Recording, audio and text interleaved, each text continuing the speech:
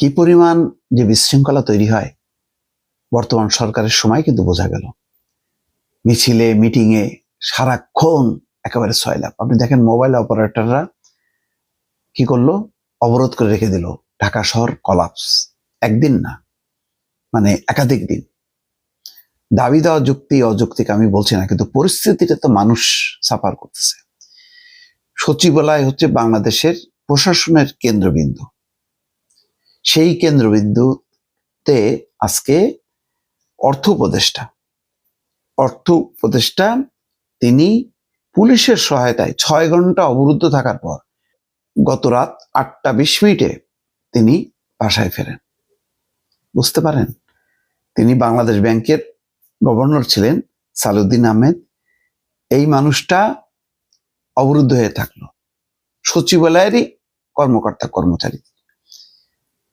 এটা কোনো দেশ হলো? এই যে 20% কি যেন তাদেরকে ঝুঁকি ভাতা দিতে হবে, এবং দুদকের কর্মচারীদের ঝুঁকি ভাতা তাদের মূল বেতনের 30%। আমি আবারও বলছি যে তাদের দাবি দেওয়া নিয়ে আমার নেই। তাদের 20% বা 30% কি ভাতা দিবে না দিবে অসুবিধা নেই, কিন্তু এই যে মৌলিক এইগুলি তো খুবই নীতিগত ব্যাপার।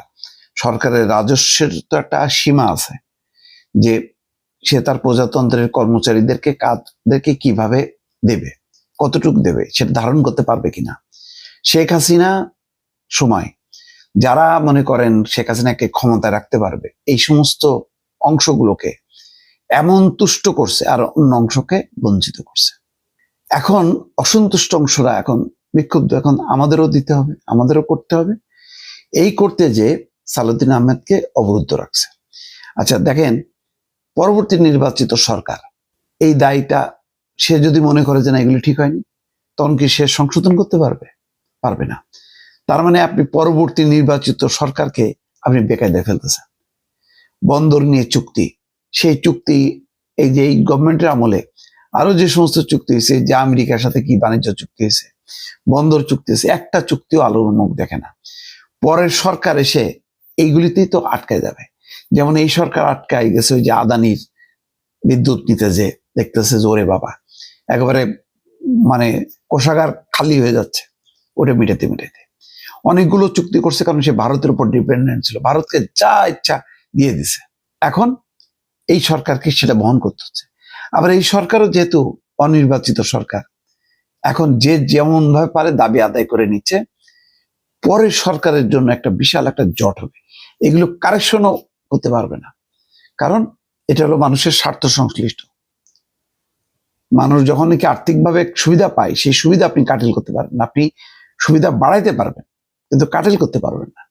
কিন্তু এই যে অসামঞ্জস্য অবস্থা, যার মতন করে সে আদায় করে নিল, সচিবালয়ের মানে কর্মকর্তারা, তারা যেহেতু সচিবালয় উপদেষ্টারা সচিবালয় থাকে, তাদের জন্য সুবিধা হয়েছে চাপ দিয়ে, একদম হাতের কাছে আছে চাপ দিয়ে তারা আদায় করে নিচ্ছে। এরপরে সচিবালয়ের বাইরে যারা, তারাও শুরু করবে। শিক্ষকদের দেখলেন না, এক অংশকে সন্তুষ্ট করে আর এক অংশ এসে আবার রাস্তায় এসে হাজির হয়ে যায়। এই জটগুলো পরবর্তী নির্বাচিত সরকারের জন্য কঠিন চ্যালেঞ্জ হয়ে যাবে। এই সরকারের উচিত ছিল, আমি আবারও বলি, এটা রাজনৈতিক দলগুলোরই ভুল। সবাই মিলে যদি বলতো যে আপনারা আসছেন 3 থেকে 4 মাসের মধ্যে দ্রুত কাজ শেষ করে নির্বাচনটা দিয়ে চলে যান, নির্বাচনটা হোক একটাই, সেটা হচ্ছে তত্ত্বাবধায়ক সরকারের অধীন। এই বিধানটা আবার ফিরে এনে নির্বাচনটা দিয়ে চলে যাওয়াটা ছিল বড় দায়িত্বশীল আচরণ হয়তো। নতুবা এই যে দেখেন, বিভিন্ন সমাজের শ্রেণী পেশার মানুষগুলো যমুনা শাহবাগকে কেন্দ্র করে সচিবালয়, এই যে মারদাঙ্গা একটা অবস্থা, আটকায় রাখা, দাবি আদায় করা, এই সরকারের তো সেই বৈধতাই নেই, সেই ম্যান্ডেটই নেই। সে দাবি পূরণ করে কিভাবে? একটা পলিটিক্যাল গভর্নমেন্ট, একটা নির্বাচিত সরকার, সে যেভাবে অনেক কিছু বিবেচনা করে, এদিক সেদিক বিবেচনা করে সে একটা দাবি পূরণ করবে।